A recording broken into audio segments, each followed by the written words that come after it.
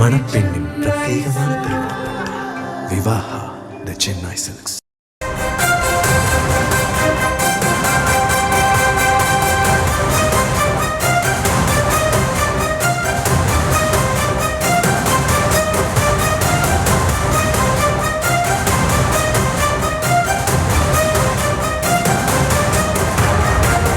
பேசுகிறப்ப ஆட்சி அதிகாரத்தில் பங்குங்கிறது தமிழகத்தில் சாத்தியமே இல்லை அப்படின்னு பேசியிருக்காரு. தொடர்ச்சியாக காங்கிரஸ் கட்சி அதை வலியுறுத்திருக்காங்க. இப்போ அவர் பேசுகிறப்ப இது சாத்தியம் இல்லாத ஒரு விஷயம், இது காங்கிரஸ் கட்சிக்கும் தெரியும், திமுகவுக்கும் தெரியும் அப்படின்ட்டு இருக்காரு.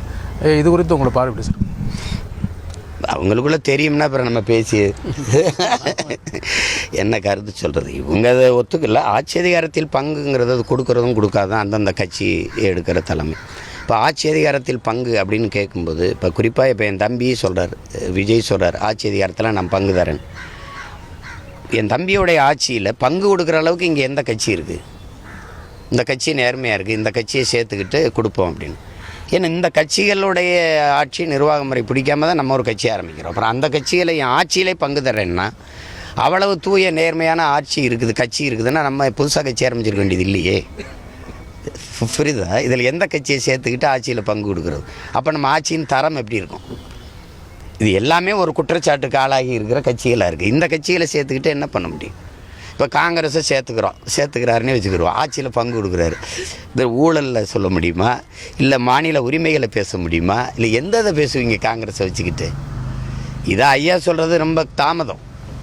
அவங்க ஆட்சியில் பங்குன்னு கேட்டாங்கல்ல, கொடுக்குற கட்சிக்கு போங்கன்னு சொல்லியிருந்துருக்கணும். இப்போ புரியுதா? அதை நானாக இருந்தால் நம்ம சொல்ல போகிறதில்ல. அப்போ அதை அப்போயே சொல்லியிருந்துருக்கணும். ஆட்சியில் எந்த கட்சி பங்கு தருதோ அங்கே போயிட்டு வாங்க, எங்களுக்கு ஒன்றும் அதில் மறுப்பில்லை எதிர்ப்பில்லைன்னு சொல்லியிருந்தால் அமைதியாக இருப்பாங்க. அதை விட்டுட்டு அவர் தம்பியை காட்டிங்கிட்டு ஒரு பேரம் பேசிக்கிறதா, விஜய் கூட நாங்கள் போயிடுவோம், தாவாக்காவுக்கு போயிடுவோம், தமிழக வெற்றி கழகத்துக்கு போயிடுவோம் அப்படிங்கும்போது சரி போங்கன்னு சொல்லியிருக்கணும். அது சரி, அது அவங்க பெரியவங்க எடுக்கிற முடிவு, நம்ம அதில் சொல்ல முடியாது, கருத்து சொல்ல முடியாது.